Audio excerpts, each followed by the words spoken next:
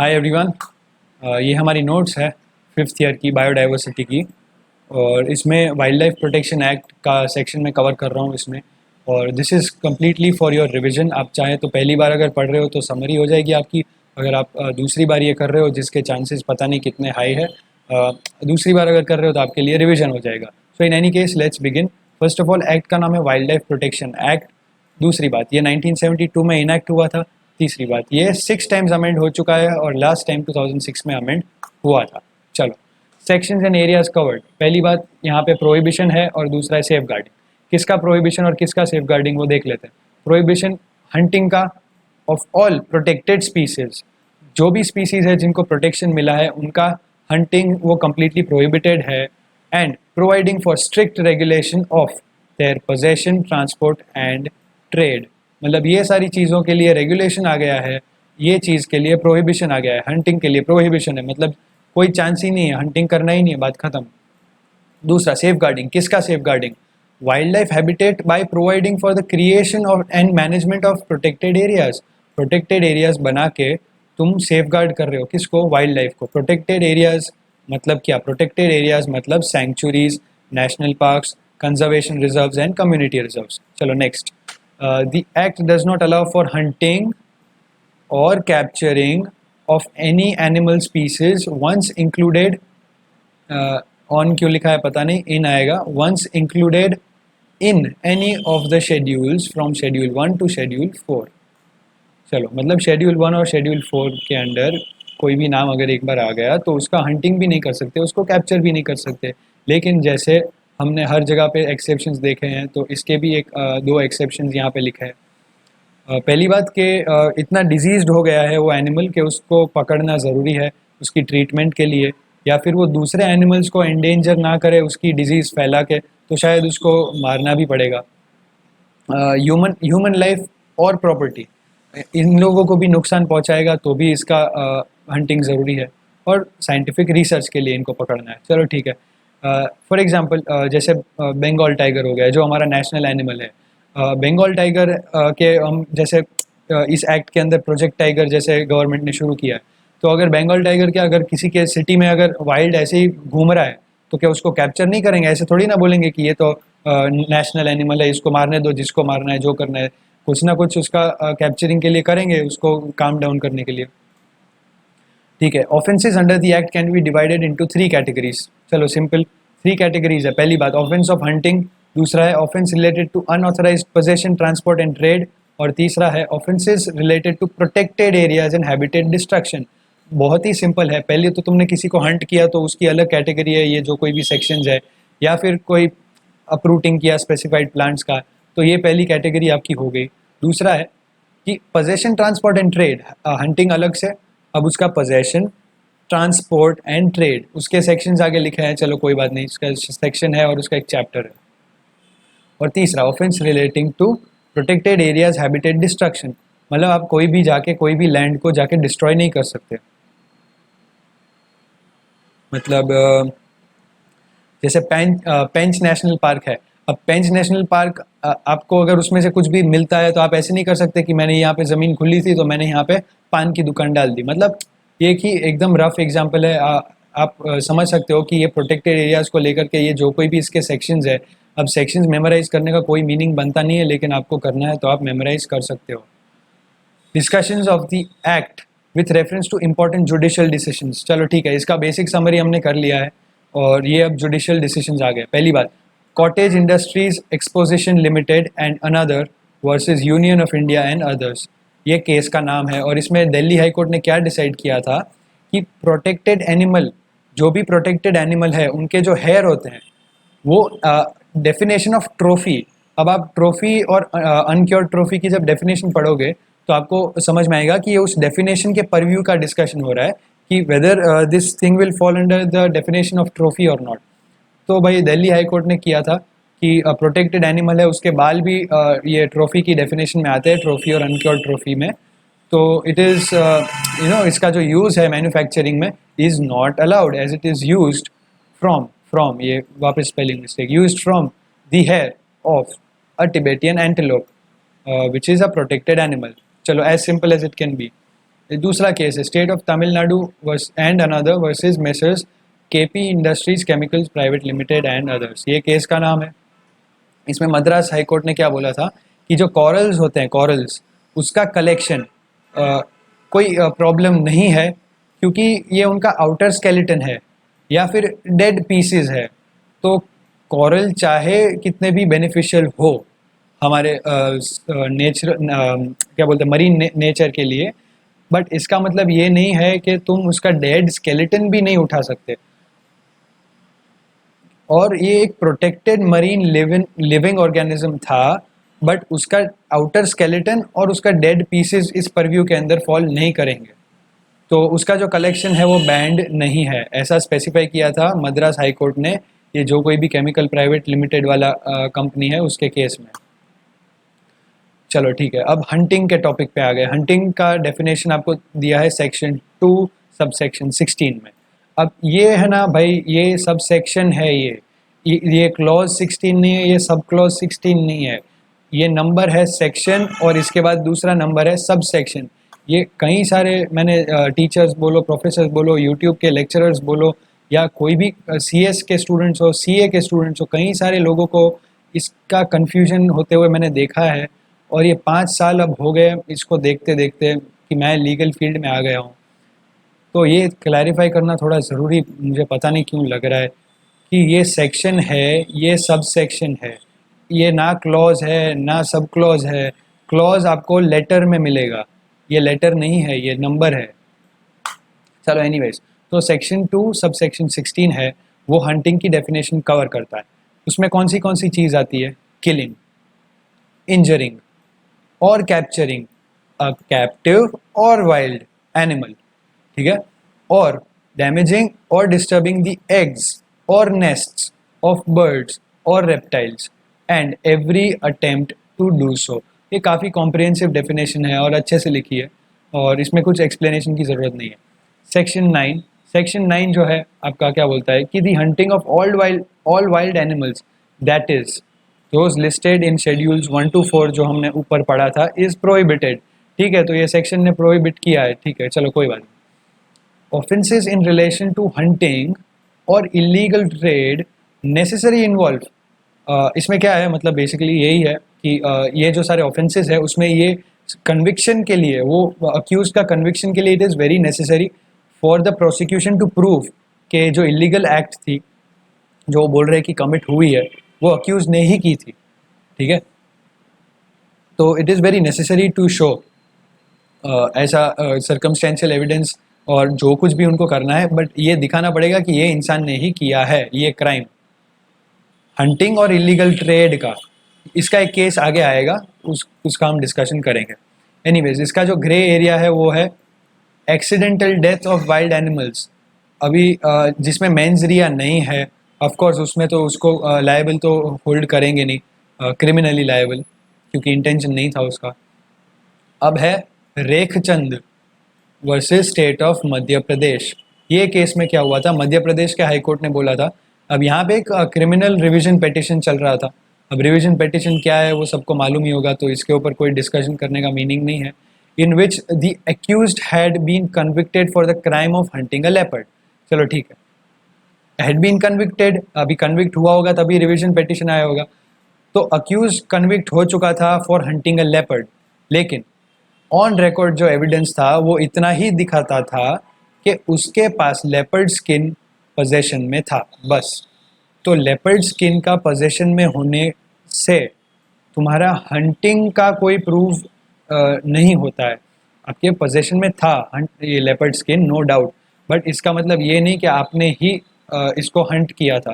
तो इस वजह से यहाँ पे डिसाइड हुआ था कि the accused can not be held guilty under section 9, which is section 9 is hunting, read with section 49A of the act. चलो, state of Rajasthan versus Salman Khan, ये भाई का केस आया। राजस्थान हाई कोर्ट हेल्ड, हाँ, अब ये केस में क्या हुआ था कि जो अनलॉफुल असेंबली है, मतलब जो कोई भी सलमान भाई के साथ घूम रहे थे उस दिन या नहीं भी घूम रहे थे, जो भी है, तो वो उनकी जो गाड़ी में जो लोग भी बैठे थे, ये कोर्ट ने ऐसा होल्ड किया था, राजस्थान हाई कोर्ट ने, कि कोई भी अनलॉफुल असेंबली है for the purpose of committing a crime under this act, ये वाइल्ड लाइफ प्रोटेक्शन एक्ट, मतलब उनके हिसाब से ये लोग गाड़ी लेके निकले थे हंटिंग के लिए, तो वो एक क्राइम हो गया सेक्शन 9 के अंडर। तो वो सेक्शन 9 के अंडर अगर क्राइम होता है तो सेक्शन 141 ऑफ आईपीसी के परव्यू में भी ये आएगा, सेक्शन 425 एंड 429 ऑफ आईपीसी के अंडर भी आएगा। ये जो राजस्थान हाईकोर्ट का जजमेंट था वो ये है। चलो ठीक है, ये क्या लिखा है पढ़ते हैं। A damage caused to the wildlife, even if the same cannot be evaluated or calculated in terms of money, is definitely a loss to the ecology। ठीक है, कॉमन सेंस है ये तो।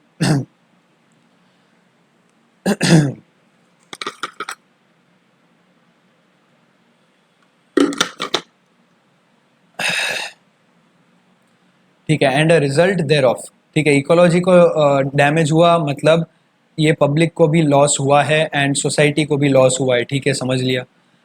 एवरी, ये वेरी मेंबर नहीं है भाई, every member of the unlawful assembly which participates in the act of hunting, act of hunting मतलब वापस याद करो section 9, is definitely liable for being prosecuted for the offence under section 51 of the wildlife protection act with the aid of section 149 IPC। चलो ठीक है, ये section numbers फिर वही बकवास आ गया एक ने याद रखने का, बट मेरा आपसे कहने का ये है कि आप इसका एसेंस समझ लो, सेक्शन नंबर याद रखना है नहीं रखना है एमसीक्यू के लिए वो आपका पर्सनल डिसीजन है।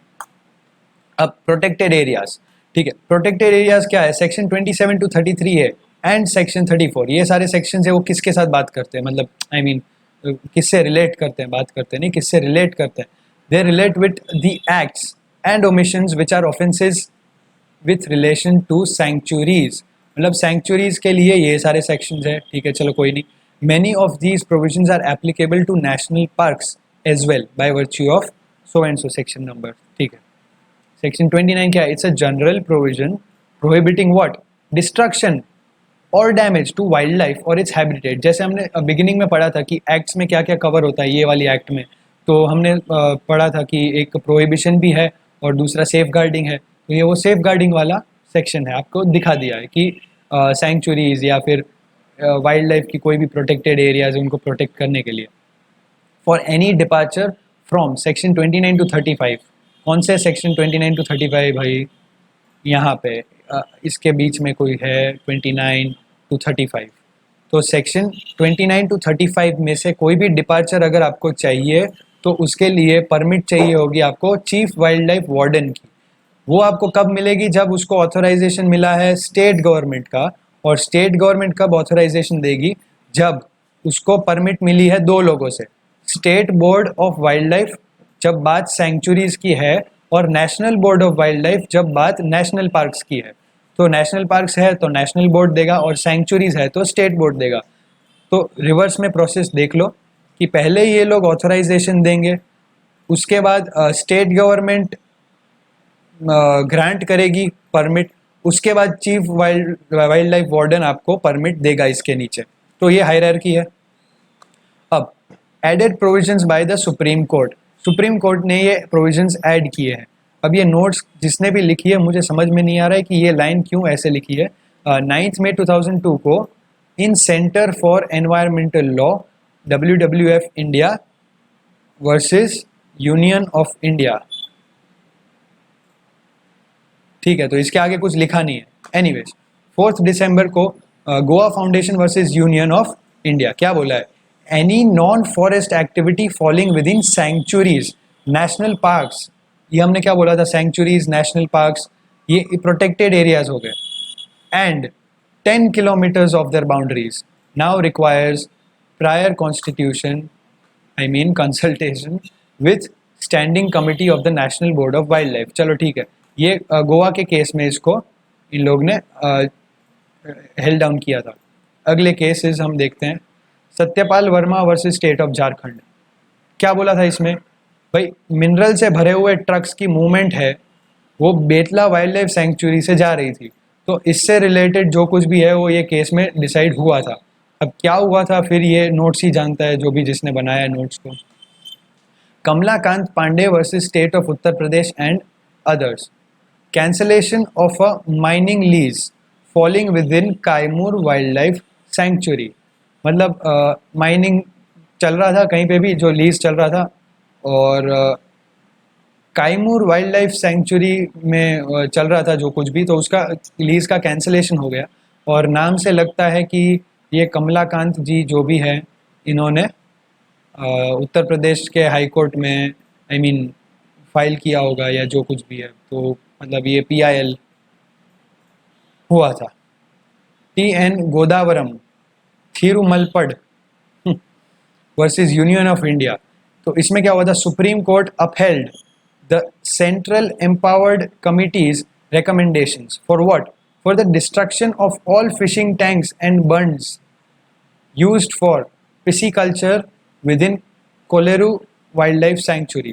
मतलब ये वाइल्ड लाइफ सेंचुरी में पिसिकल्चर हो रहा था और सुप्रीम कोर्ट ने अपहेल्ड किया कि सेंट्रल एम्पावर्ड कमिटी का जो रिकमेंडेशन था उसको अपहेल्ड किया सुप्रीम कोर्ट ने और इसको डिस्ट्रॉय करने को बोला। Maa Dasabhuja furniture unit versus state of Odisha and others. इसमें क्या हुआ था, dismiss the petition for what? For grant of a licence to a saw mill that was located within 10 kilometres of Chandaka Dampara wildlife sanctuary. मतलब आप देख सकते हो कि इसकी जनरल थीम जो है वो ये सारी चीज़ों की, प्रोटेक्टेड एरियाज की प्योरिटी और सेफ्टी को मेंटेन करने में फोकस्ड है कि वहाँ पे जो एनिमल्स है उनको कोई भी टाइप का नुकसान ना हो। और सेम है 100 मील, इसका भी लाइसेंस गया राजा जी नेशनल पार्क। और ये है Mohammad Haji Rafiq versus state of Uttaranchal and others. तो इसमें राजा जी नेशनल पार्क में भी सेम 100 मील चल रहा था, ये बंद कर दिया। अब ये है seizure confiscation and forfeiture of property. तो ये बहुत ही जनरल सेक्शन है, ये आपको कहीं इनकम टैक्स में भी दिखता है, हमने खुद एनवायरमेंटल लॉज में इसको पढ़ा था। सीजर कॉन्फिस्केशन, ये मतलब ये जनरल है सब, तो फिर भी देख लेते हैं। Certain officers are given the power of what? To seize items, चलो ठीक है, either in respect of which an offence has been committed, मतलब कोई भी आइटम से कोई ऑफेंस हुआ है, फॉर एग्जाम्पल एक कोई कैप्टिव एनिमल है या एनिमल आर्टिकल कोई है, और which have been used for the commission of an offence. मतलब ये ट्रैप्स या टूल्स या ऐसे कोई व्हीकल्स है, मतलब कैसे भी करके कोई भी चीज़ का अगर कन्फिस्केशन कोई क्राइम से रिलेटेड है तो वो सेक्शन ये 50 सब सेक्शन 1 क्लॉज C है भाई।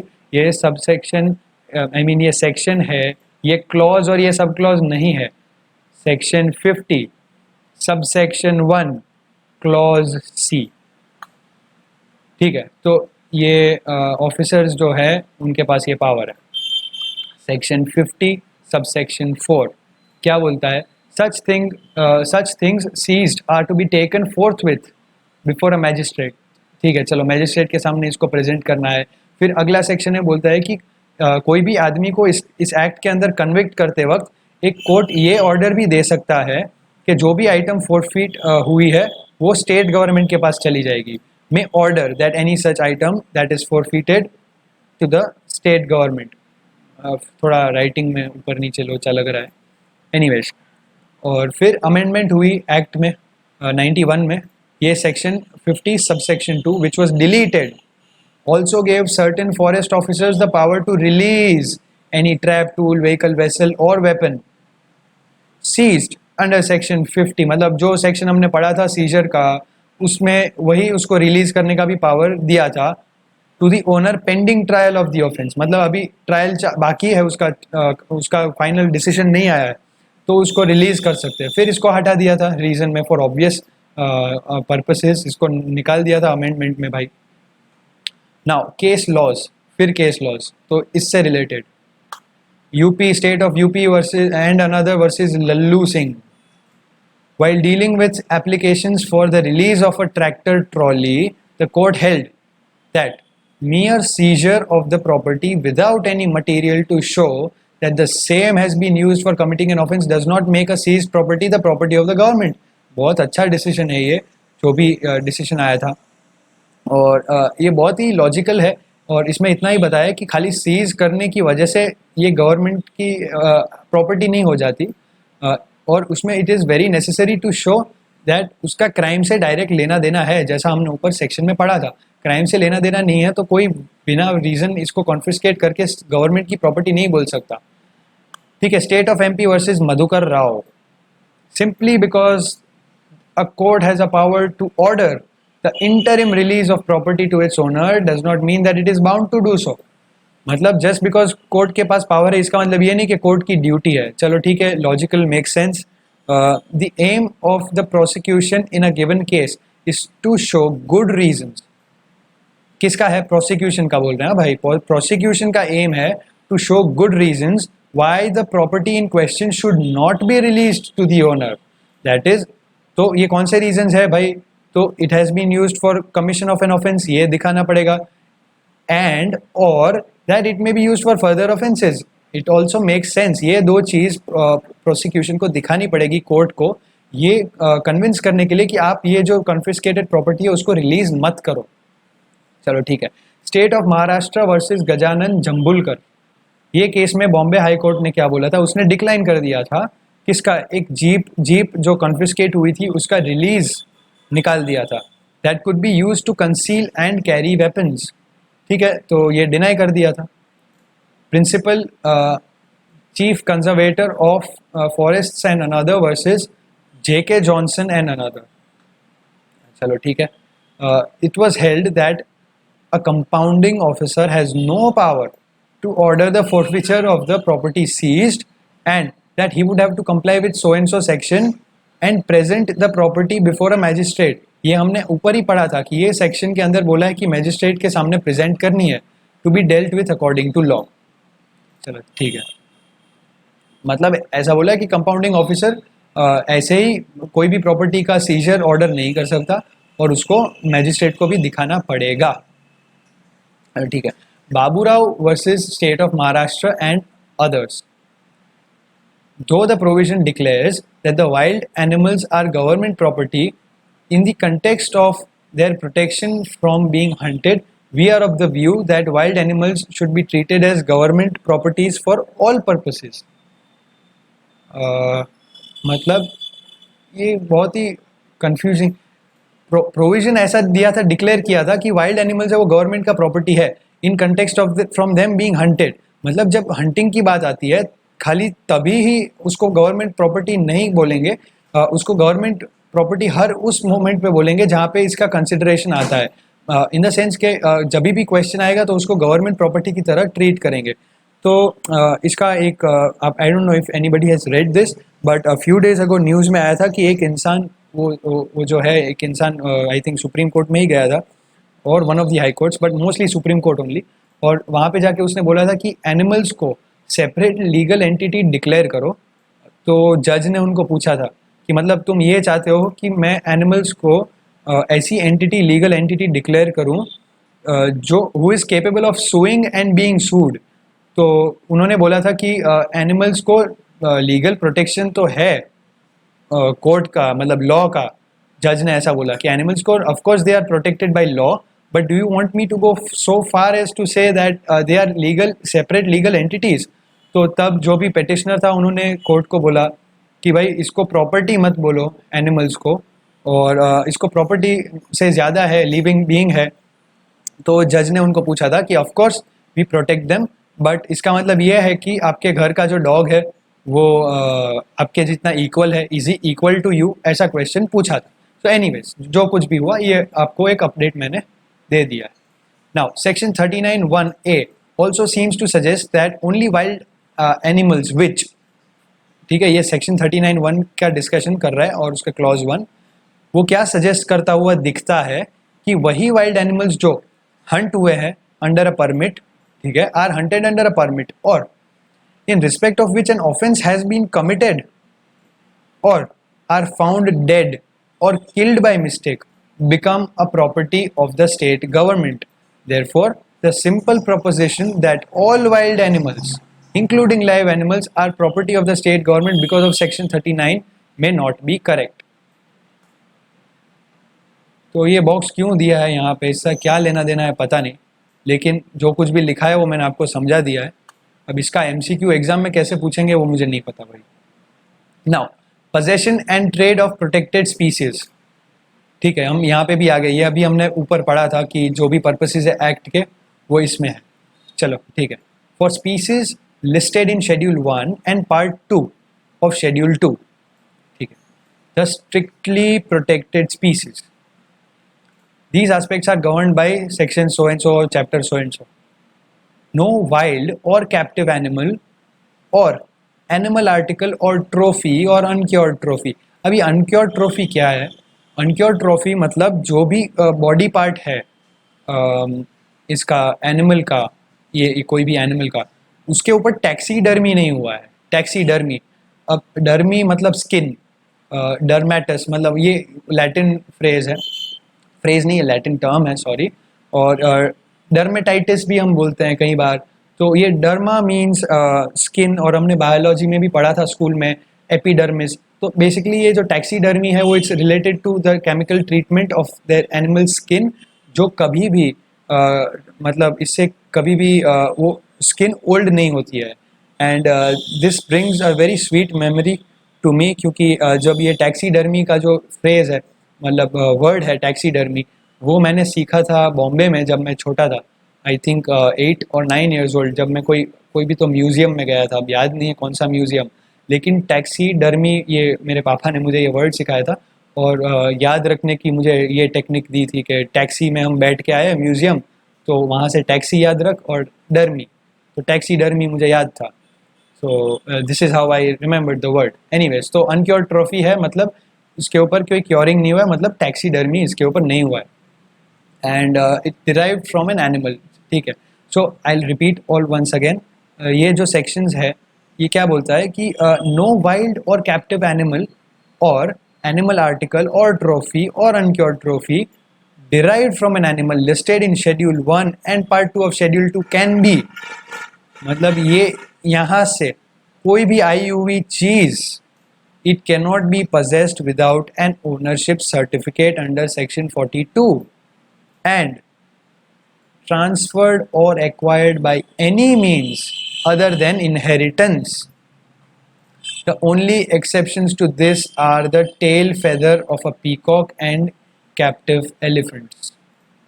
ठीक है, ये जो है इनका एक्सेप्शन है. इसका लॉजिकल मीनिंग ये बनता है कि ये दोनों का नाम इसमें है, फिर भी इनके प्रोडक्ट्स के ऊपर ये लागू नहीं होता है, and that is why they fall under the exception. I hope I am very clear with this. Now for species listed in part 1 of schedule 2, Schedule 3 and Schedule 4 governed by so and so sections, फिर sections का number नहीं लेना. Section the Act Section 44 provides for the issue of licenses to taxi, ये आ गया ना हमारा word, taxidermists, eating houses. चलो भाई यहाँ से नोट्स.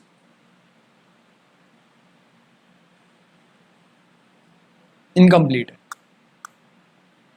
जो कोई भी है भाई, जिसने भी ये नोट्स बनाई है, अगर आप ये वीडियो देख रहे हो तो मुझे मैसेज करके समझाओ कि क्या है ये. यहाँ से तुमने आगे कुछ लिखा नहीं है भाई या बहन, जो भी है. एनीवेज चलो, section 44 provides for the issue of licences to, ठीक है, इशू ऑफ लाइसेंसेस, ठीक है. और ये देखो 44 है और 42 में हमने ये सर्टिफिकेट देखा था. तो ये सारे सेक्शंस एक जैसे जो आसपास हमेशा रहते हैं. तो ये लाइसेंसेस देता है किसको? टैक्सीडर्मिस्ट्स को, ईटिंग हाउसेस को एंड डीलर्स को. और यहाँ पे मुझे लग रहा है कि कहीं से कॉपी पेस्ट हुआ है, ये जो कुछ भी हुआ है यहाँ पे नीचे पीडीएफ का पेज नंबर साथ में कॉपी पेस्ट हो गया है. तो एनिमल्स आर्टिकल्स है, ट्रॉफीज़ है, अनक्योर्ड ट्रॉफीज़ है, ये सारी चीज़ों के लिए बेसिकली यहाँ पे लाइसेंस मिलता है सेक्शन 44 में. इससे ज़्यादा इसमें सोचने की ज़रूरत नहीं है. The act applies throughout the territory of India, ठीक है, and therefore the regulatory regime in respect of the protected species applies as soon as any item, animal article, captive animal etcetera lands in the Indian territory. चलो ठीक है, clarified. फिर से हम आगे case laws पे. Indian Handicrafts Emporium and others versus Union of India and others. Ivory imported into India within the purview of the Act, as a result of which there was a total ban on the trade of ivory. Ivory banned है wild life protection act में.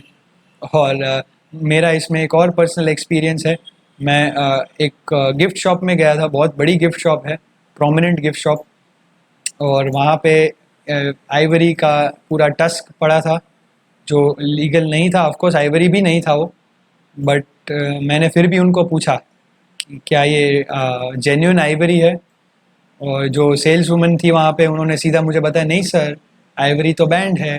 तो मतलब मुझे पता था, but I just wanted to see कि वो लोग हाँ बोल के मुझे बेचने के इंटेंशन में तो नहीं है ना। सो एनीवेज जो कि मतलब जो भी वो थी, she was well informed and अच्छा किया उन्होंने कि जेन्युइन बोल के मुझे बेचने की ट्राई नहीं की। Now the Supreme court was called upon two decide on what, on the constitutional validity of the ban. ये बैन को डिस्कशन में लाया था कि भाई ये कॉन्स्टिट्यूशनली वैलिड है कि नहीं। तो कोर्ट ने क्या बोला था कि भाई कॉन्स्टिट्यूशनल वैलिडिटी है भाई, कोर्ट की मतलब जो भी जिसने भी एक बैन रखा है उसकी वैलिडिटी कॉन्स्टिट्यूशनल है, and observing that the restrictions imposed on the trade were reasonable. तो सुप्रीम कोर्ट का जजमेंट है तो ये बैंड। केस का नाम याद रखो, Indian handicraft emporium and others versus union of India and others. Balram Kumawat versus union of India and others. Same reasoning to hold on the ban on ivory trade was applicable even to mammoth ivory, even though species is extinct. अरे क्या बात है, ये जिसने भी ice as देखा है तो वो जो बड़ा सा हाथी था वो मैमथ था। अब वो स्पीसीज तो एक्सटिंक्ट हो गई है, लेकिन फिर भी उसके आइवरी को ट्रेड करने को बैन किया था, और ये केस में उसको भी अपहेल्ड किया था। Cases where articles were allowed to keep, चलो ठीक है, अच्छी कैटेगरी है ये, जिसने भी किया है अच्छे बाइफर्केशन में किया है, so you know bonus points to you. Zaveri S Poonawala versus union of India and the Bombay high court allowed the import of a leopard skin. ठीक है, लेपर्ड स्किन का इंपोर्ट अलाउ किया था for whatever reason, I don't know, यहाँ पे नहीं लिखा है। Commissioner of customs versus Kishan Kumar Kejriwal, Calcutta high court ने बोला था, अलाउ किया था import of shells of Nautilus. ठीक है, आर्टिकल्स को रखने की ये दो एग्जांपल है, लेपर्ड स्किन को अलाउड किया था और शेल्स को अलाउ किया था। Next, cases where articles were denied to keep, चलो ठीक है। Madras high court upheld the ban on the export of sea fans since they were clearly listed in schedule 1 of the act and fell within the definitions of wildlife. Customs, Excise and Service Appellate Tribunal, Service Tax Appellate Tribunal upheld the confiscation and penalty imposed on the importers of python skins since it was prohibited. ठीक. Court was dealing with a petition for the import of a leopard. आगे लिखा कुछ नहीं है, लेकिन heading में अगर deny बोला है तो डिनाई कर दिया होगा, लेपर्ड को नहीं आने दिया होगा समीर थापर के केस में। Investigation of offences, section 50 subsection 1. Certain forest officers and police officers are empowered to enter and search, ये फिर सर्च एंड सीजर का प्रोविजन आ गया है जो ऊपर हमने पढ़ा था, और ये उसके केस लॉज, तो अभी सेक्शन बार बार पढ़ने की जरूरत नहीं है। उसका केस लॉ क्या है, सर्च एंड सीजर के केस लॉज है ये। फर्स्ट, पुलिस ऑफिसर में arrest a person against whom reasonable suspicion, reasonable suspicion है किसी के खिलाफ तो, और वो भी किस चीज़ का, कोई भी cognizable offence punishable with imprisonment up to 7 years, only very satisfied that such arrest is necessary for certain reasons. ठीक है, तो यहाँ पे उसको अरेस्ट करने के लिए अपहेल्ड किया था। Tahawar versus state of UP concerning hunting under the act, hunting का सेक्शन था 9। The Allahabad High Court emphasized the importance of strict compliance with the newly amended provisions of the CRPC relating to arrest. चलो ठीक है। Remand, forest remand, section 50 subsection 4, ये फिर magistrate वाला, हाँ magistrate वाला, ये मैजिस्ट्रेट वाला फिर यहाँ पे आ गया। तो एक और केस लॉ हमने ऊपर पढ़ा था कि खाली सीजर करने से गवर्नमेंट की प्रॉपर्टी नहीं हो जाती, वो तुमको मैजिस्ट्रेट को भी दिखाना पड़ेगा, ऐसी कोई अथॉरिटी नहीं है कोई भी कंपाउंडिंग ऑफिसर की। तो ये सेक्शन फिर यहाँ पे डेमोन्स्ट्रेट किया है, may apply to a magistrate under section 167 of the code for further custody of the accused for a period of 15 days when the investigation cannot be completed within 24 hours. चलो ठीक है. अब इसके case laws. Directorate of enforcement, क्या बात है, versus Deepak Mahajan and another. The arresting officer is legally competent to make the arrest. ठीक है, चलो ये भी हेल्ड किया था वहाँ पे. That the particulars of the offence of the accusation for which the person is arrested or other grounds for such arrest do exist and are well founded. ठीक है. That the provision of the special act in regard to the arrest of persons and the production of the arrestee serve the purpose of section 167 of the code. ये यहाँ पे hold down किया था ये judgement में. अब बात आ गई एविडेंस की. तो सेक्शन 50 सब सेक्शन 8 एविडेंस की बात करता है.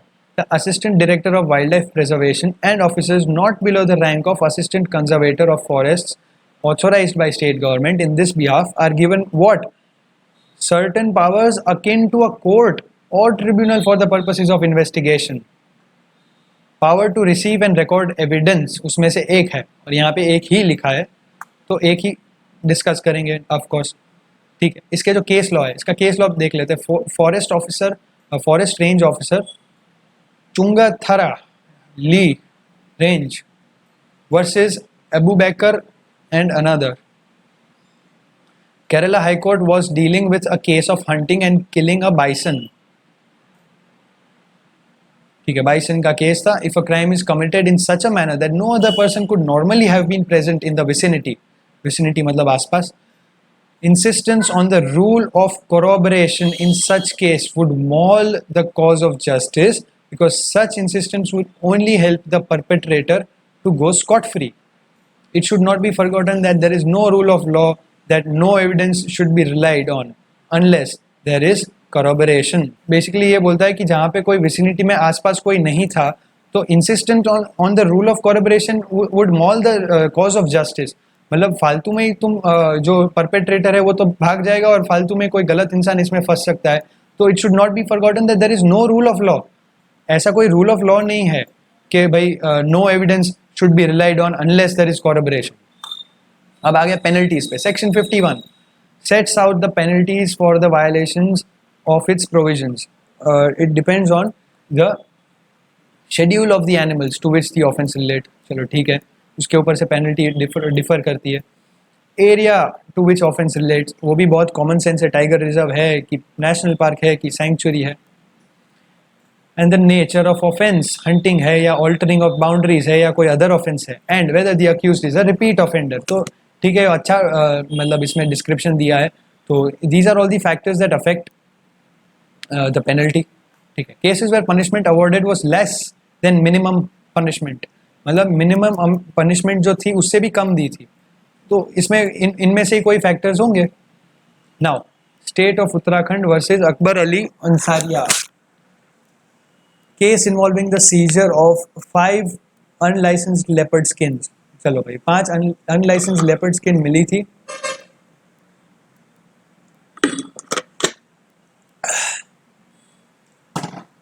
For 1 year, 3 months imprisonment. Imprisonment मिला 3 months का. where the minimum sentence is 3 years. ठीक है, दिया तो दिया, ये याद रखना है, नहीं रखना है तो भी कोई बात नहीं है.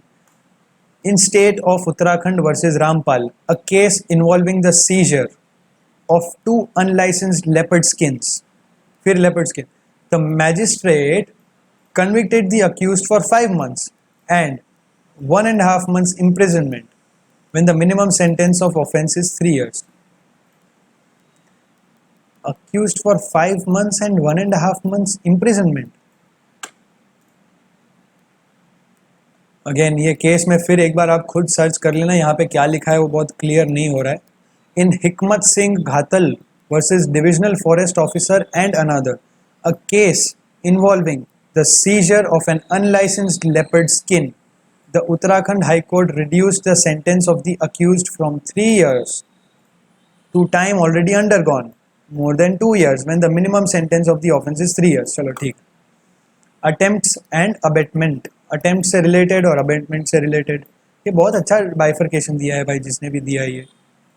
Under section 52 of the act, an attempt or an abetment of an offence under this act is deemed to be equivalent to committing the offence itself. चलो खत्म.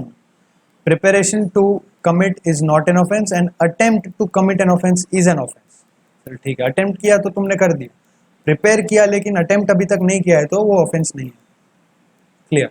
Case law, Sheikh Ahmed Hussain and another versus state of Maharashtra, a case concerning cow slaughter. अरे बाप रे.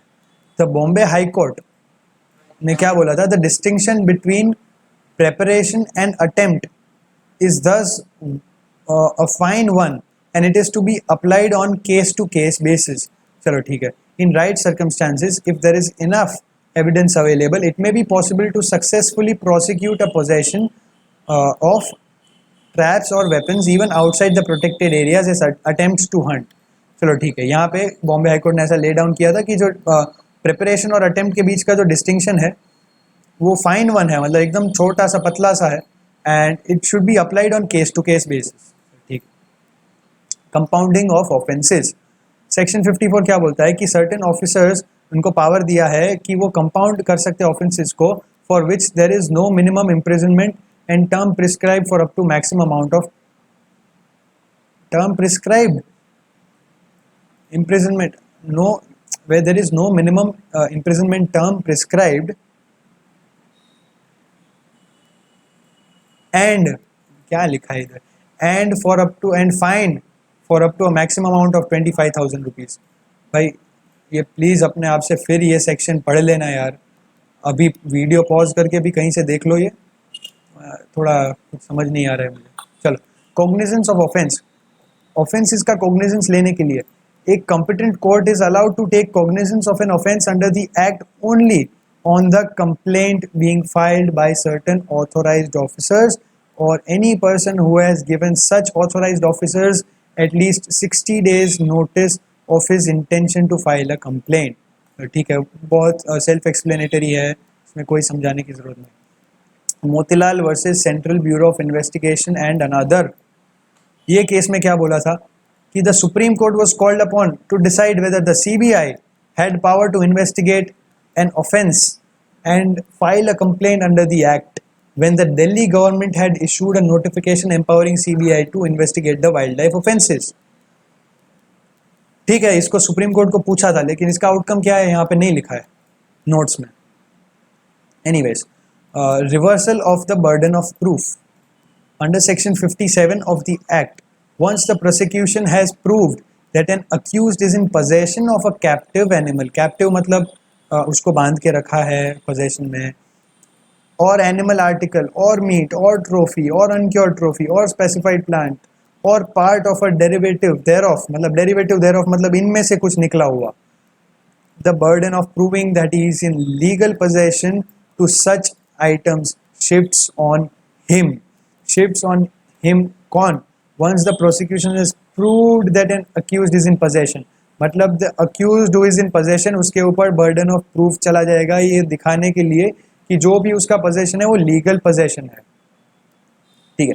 Schedules to the act. Since the act is a penal legislation मतलब punishment है इसमें, it is important that the crimes that define it are so clear that a person is not punished for something he did not know was a crime. Penal legislation, so it needs to be clear. So ठीक है. All animals and species are clearly named.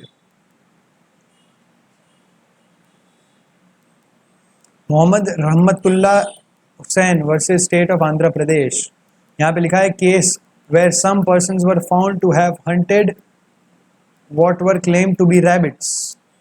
ठीक है. No species of wild rabbits are found in India, whereas hares are protected under section 4 of the act. Schedule 4 of the act. The court looked at the encyclopedia meanings of hares and rabbits and held that the accused had not killed a protected species. चलो ठीक है, मोहम्मद रहमतुल्लाह हुसैन वाला case है जो rabbits और hairs से relate करता है. चलो तो हमारा वाइल्ड लाइफ प्रोटेक्शन एक्ट का ख़त्म हो गया. इसके बाद है protection of traditional knowledge in India by patent. तो ये अलग टॉपिक है और मुझे अगर टाइम मिला तो इसके ऊपर भी देखेंगे क्या करना है क्या नहीं करना है. So anyways, all the best for your exam. I hope this video helps you and most of all I would like to thank each and everyone involved in the making of these notes. not only just this specific set of notes that I discussed in this video, but every subject and every chapter or every topic. So a big thank you to all of you for contributing.